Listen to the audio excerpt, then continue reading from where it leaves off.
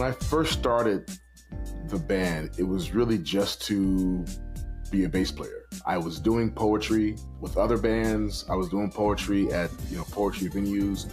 After a while, people weren't really coming to see me standing in the back. So ultimately, I realized that I needed to step up, be the front man. In order to sell CDs, I had to have original music, and it just made sense to put the poetry over the original music and let the jazz funk band be a jazz funk spoken word band. And interestingly enough, once I did that and incorporate the poetry and music, that's really when things started to take off.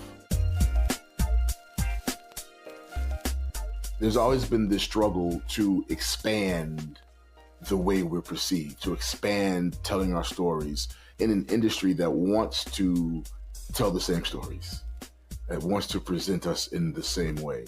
So we have made strides.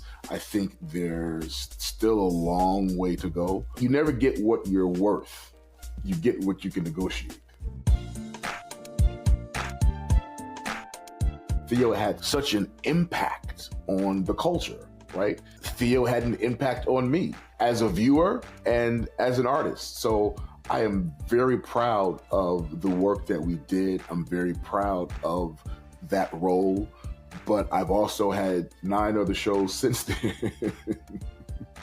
So, sometimes you just have to kind of remind people, yes, that's great, but there's a wealth of work that has gone on beyond that show.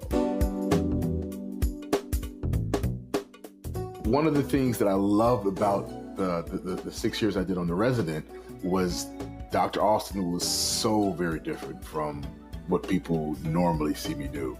At this point, that's probably my favorite role. I tell you what, you find me a study that shows that the robotic approach is better than the standard CT surgery, and I will consider it. Those kind of characters I'd really love playing, just because they're still good guys, but they're not necessarily typically nice guys. One of my guilty pleasures used to be power. I'm very vocal about the negative stereotypes of people of color on television. Power, so much of the roles fall under that umbrella, but the acting was just so powerful. Losing is a skill. I'm glad you become an expert at it, Rashad. So in the face of what I'm very vocal against, I love power.